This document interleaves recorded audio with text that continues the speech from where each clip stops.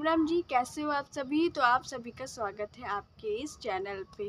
तो आज मैं आपसे अपना एक पर्सनल एक्सपीरियंस अनुभव जो मेरे बाबा जी से मुझे मिला, मतलब मेरे बालाजी महाराज से मुझे मिला, वो मैं आपको शेयर करना चाहती हूँ। एक्चुअली मेरा रिश्ता जो है एक बेटी और एक पिता का रिश्ता है, और एक पिता की जो कर्तव्य होता है अपनी बेटी के लिए, वो मेरे बालाजी महाराज पूरी तरीके से निभाते हैं। क्योंकि आपको पता है कि एक पिता अपने बच्चे का हमेशा ही जो है रक्षक बनता है। उसको कभी भी कोई हानि नहीं होने देता है। अगर उसकी होती है तो वो उसको करने भी नहीं देता है, और अगर वो मुसीबत में होता है ना, तो उसका पिता उसे बचाता भी है, समझाता भी है।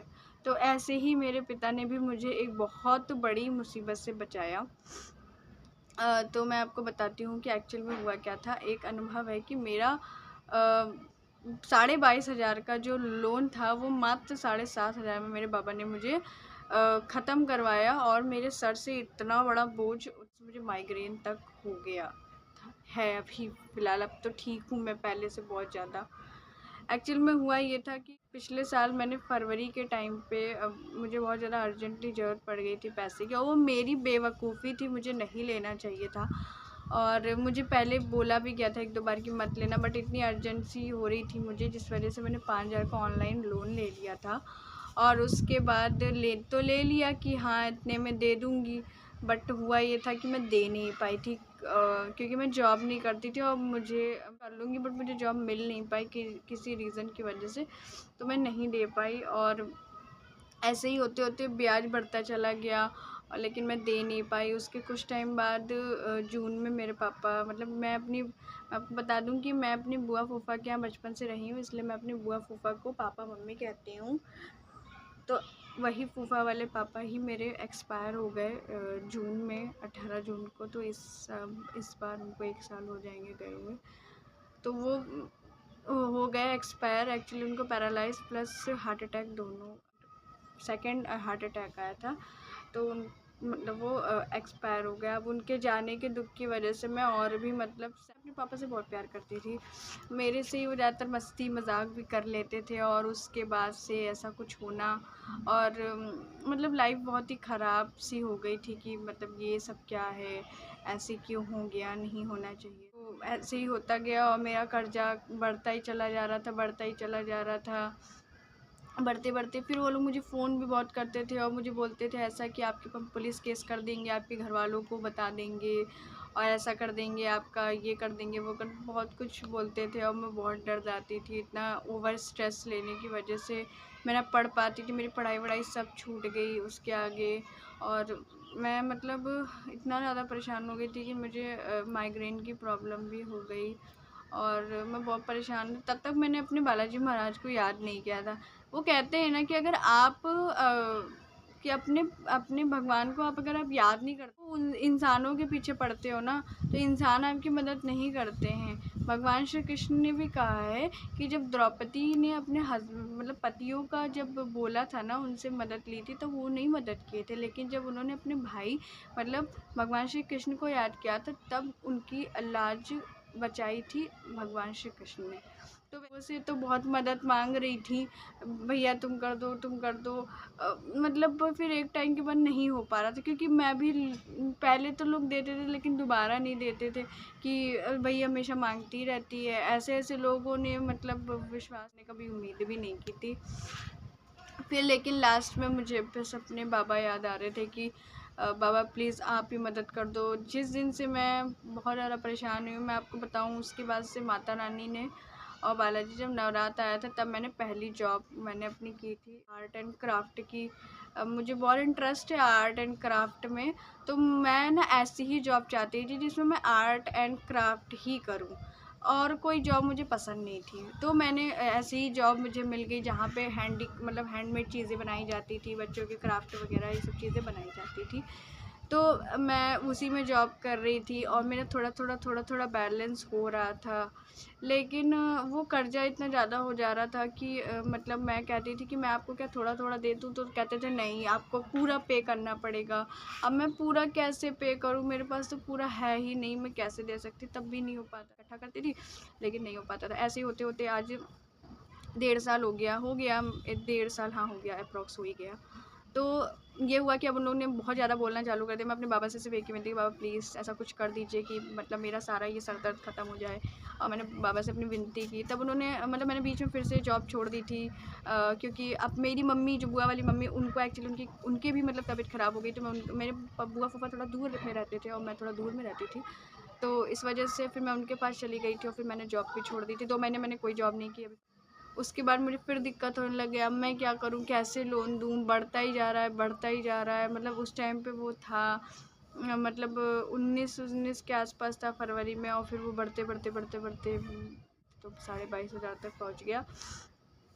उसके बाद ये हुआ कि फिर मैंने बाबा से कहा, बाबा अब बस प्लीज़ कुछ मदद करो। अब मैं आपको बताऊँ, माँ होती हैं।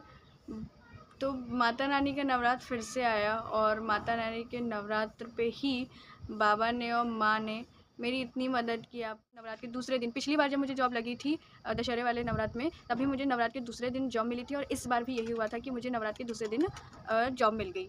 और मैंने जॉब करी, और जॉब करने के बाद अब उन्होंने कहा कि आपको पूरा पे करना पड़ेगा। तो मैंने अपने बाबा से कहा, फिर मैंने जाके बाबा से बोला, बाबा इस बार तो मैं, आपको पता है कि बाबा मैं पूरा नहीं पे कर पाऊँगी, प्लीज़ कुछ मदद करो। तो एक उसी में से एक इंसान था, मतलब एक कॉल करते हैं ना वो लोग, तो उन्होंने में से एक ने फ़ोन किया, आपको मैं एक ऑफ़र दे रहा हूँ, अगर आप इस तरीके से करते हो तो आप ईएमआई के थ्रू कर सकते हो।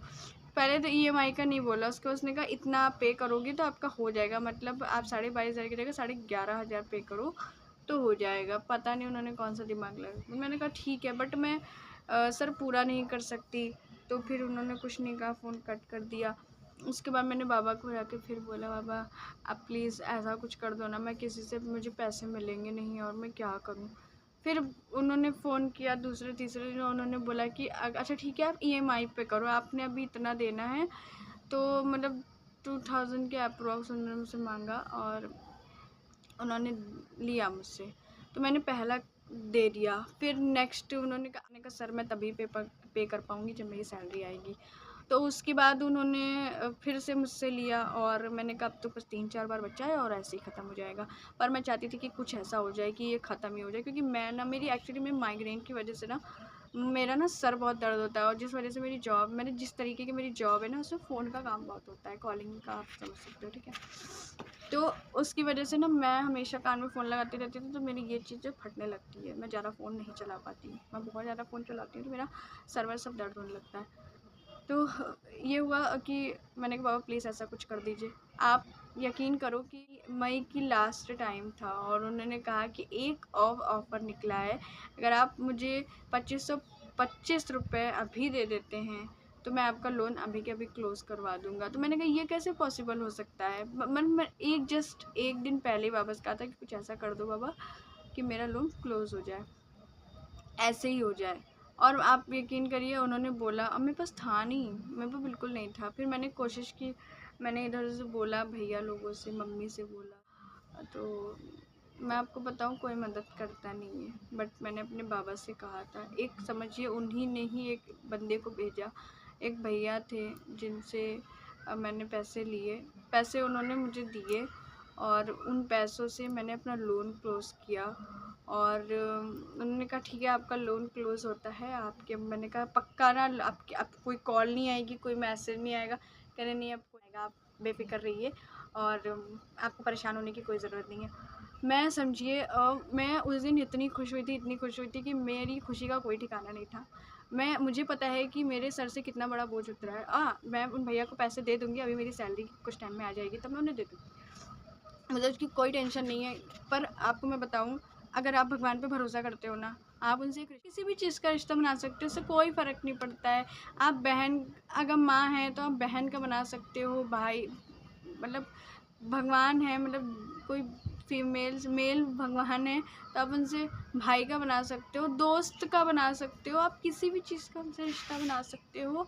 क्योंकि अगर आप रिश्ता बना के चलते हो ना, तो वो भी रिश्ता बना के चलते हैं। और इंसान अपने प्रॉमिस तोड़ सकता है लेकिन कभी नहीं तोड़ते हैं। अगर मैं अपने बाबा को भाई भी बोलती हूँ, मेरे दोस्त भी हैं, मेरे गुरु भी हैं, मेरे पिता भी हैं, मेरे सब कुछ हैं वो। मैं रक्षाबंधन पे उन्हें राखी भी बांधती हूँ, और मैं कहती हूँ कि मेरे लिए तो बहुत बड़ी चीज़ है कि उन्होंने अपनी कृपा मुझ पे बनाई, वरना कोई इस दुनिया में मेरी इतनी सी औकात नहीं है कि मैं उनके आगे खड़ी हो पाऊँ। मेरी इतनी सी औकात नहीं है कि मैं उनके लिए कुछ कर पाऊँ, बट उनकी इतनी कृपा, इतनी मेहरबानी होती। मेरी लाइफ में अभी भी प्रॉब्लम है। देखिए, कर्म किया है तो फल तो मिलेगा, मतलब वो आप कर्म जैसा करोगे वैसा। मैंने कभी ऐसा कर्म किया होगा जिस वजह से आज मुझे इस तरीके की प्रॉब्लम फेसेस करनी पड़ रही है। बहुत सी ऐसी प्रॉब्लम है जो नहीं बताई जाती, पर्सनल होती हैं।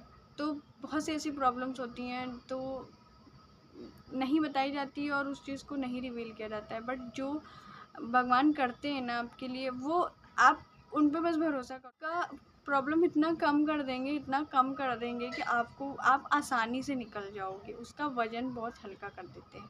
तो मैं कहती हूँ कि आप किसी भी भगवान को मानो, किसी भी भगवान को मानो। मैं नहीं कहती आप सिर्फ बालाजी, आप किसी भी माँ को मानो, आप भगवान श्री कृष्ण को मानो, शिव जी को मानो। अगर, क्योंकि मैं कहती हूँ कि अगर भोले बाबा मेरे बड़े पिता के बड़े पापा हैं मेरे, क्योंकि मेरे बाबा उनके ही अवतार हैं, तो मैं उनको अपना बाबा मानती हूँ, तो उस हिसाब से वो मेरे बड़े पापा हुए ना। तो मैंने ना एक अलग से रिश्ता उन सबसे बना के रखा है। मेरे लिए वो भगवान बाद में है, पहले मेरे पिता हैं, और पिता भगवान का ही रूप होता है। तो मैं आपको बोलती हूँ, वीडियो ज़्यादा लंबा हो जाएगा अगर मैं ये सब बोलने लगी तो मैं कहती हूँ आप भगवान में भरोसा रखो, और यही मेरा अनुभव था। और ऐसे मेरे बहुत से ऐसे अनुभव हैं जो उन्होंने मुझे पूरा, आपको आगे जाके ज़रूर बताऊँगी। एक अनुभव और है, बहुत ही अच्छा, बहुत ही प्यारा अनुभव है। मेरे इंटर की जब पढ़ाई में कुछ दिक्कत आ रही थी, तब की बात मैं आपको बताऊँ।